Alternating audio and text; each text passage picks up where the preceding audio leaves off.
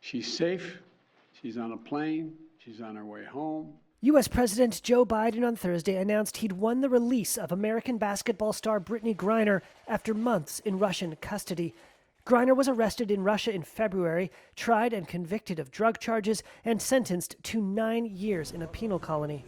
After months of being unjustly detained in Russia, held under intolerable circumstances, Brittney will soon be back in the arms of her loved ones, and she should have been there all along. The Russian Foreign Ministry said Moscow had exchanged Griner for convicted Russian arms dealer Victor Bout. Dubbed the Merchant of Death, Bout spent decades trafficking guns to rogue states, rebel groups, and murderous warlords. He was nabbed in a sting operation in 2008, extradited to the U.S., and sentenced to 25 years in prison.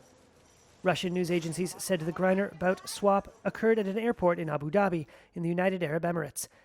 Griner has maintained that it was a, quote, honest mistake that led to her arrest and did not mean to break the law. She had a prescription at the time in the U.S. for medical marijuana for relief from chronic injuries. The 32-year-old star of the Women's National Basketball Association's Phoenix Mercury is a two-time Olympic gold medalist who was in Russia to play basketball during the U.S. off-season.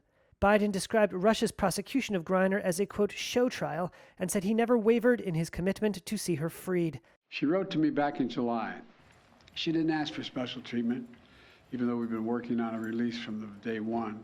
She requested a simple, quote, please don't forget about me and the other American detainees. Biden said he would continue to work toward the release of other Americans he said were unjustly detained, naming Paul Whelan, who is currently in Russian prison. Today, my family is whole, but as you all are aware, there's so many other families who are not whole.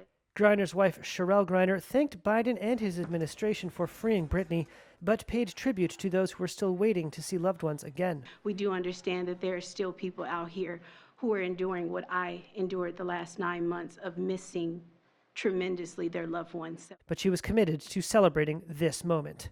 So I'm going to smile right now.